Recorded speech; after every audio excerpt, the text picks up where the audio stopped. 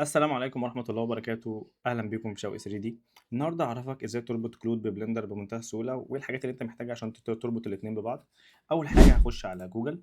بعد ما أخش على جوجل هكتب داونلود كلود، وبعد كده هلاقي مكتوب ويندوز، هدوس عليها. أول ما هدوس هيبدأ تنزيل على طول. هنزل كلود زيه زي أي برنامج تاني في الدنيا، وبعد ما أسطبه على الكمبيوتر بتاعي هلاقي إن هو فتح معايا بالشكل ده.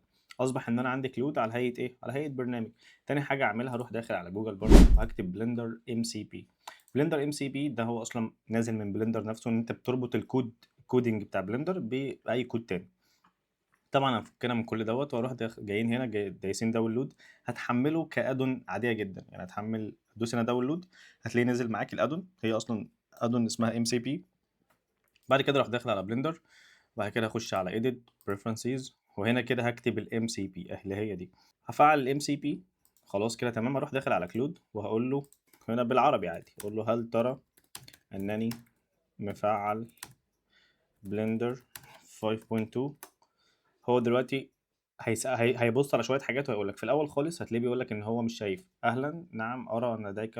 اهو بص بيقول لك الوصول الى اداه ايه بلندر، لكن بخصوص الاصدار لا استطيع التاكد من رقم الاصدار. اذا اردت تحقق فعليا يعني قول له اعمل لي حاجه بسيطه. ولكن في حاجه بسيطه عايز اقولها لك هنا في بلندر. لما انت تيجي تخش هنا تدوس على فايل، على edit، وبعد كده تخش على preferences. لما تيجي تخش على system لازم تكون مفعل الخيار ده اللي هو allow online access، اللي هو فعل لي الاونلاين اكسس. لو انت مش مفعله هتلاقي ان كلود مش قاري، ولكن لو فعلت الخيار ده تمام هتكاب تسمح للكودنج اللي هنا ان هو يقبل مع كلود بمنتهى السهوله.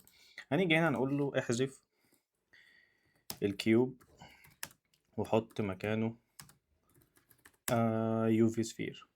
بالعربي عادي يو في سفير. هو كده عمل ايه؟ حذف الكيوب وحط مكانه يوفي بمنتهى السهوله. طب عايزين نأمره ان هو يعمل حاجه تانية، ممكن نقول له مثلا احذف الكاميرا والاضاءه.